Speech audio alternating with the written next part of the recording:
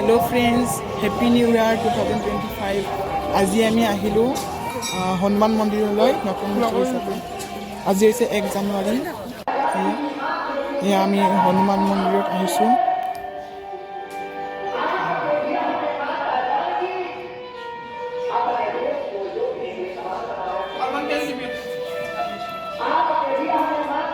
সকলৰ যে এই বছৰটো মংগল হওক তাৰেই মই কামনা কৰিছোঁ ভগৱানৰ ওচৰত।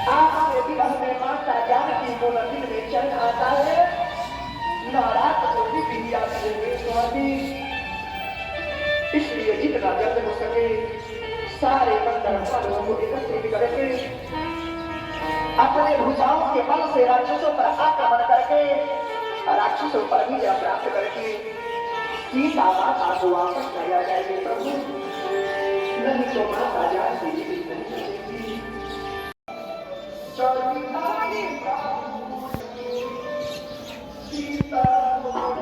আৰু এই মন্দিৰটো আছে নগৰবেৰাৰ চব্জি মাৰ্কেটৰ ওচৰত।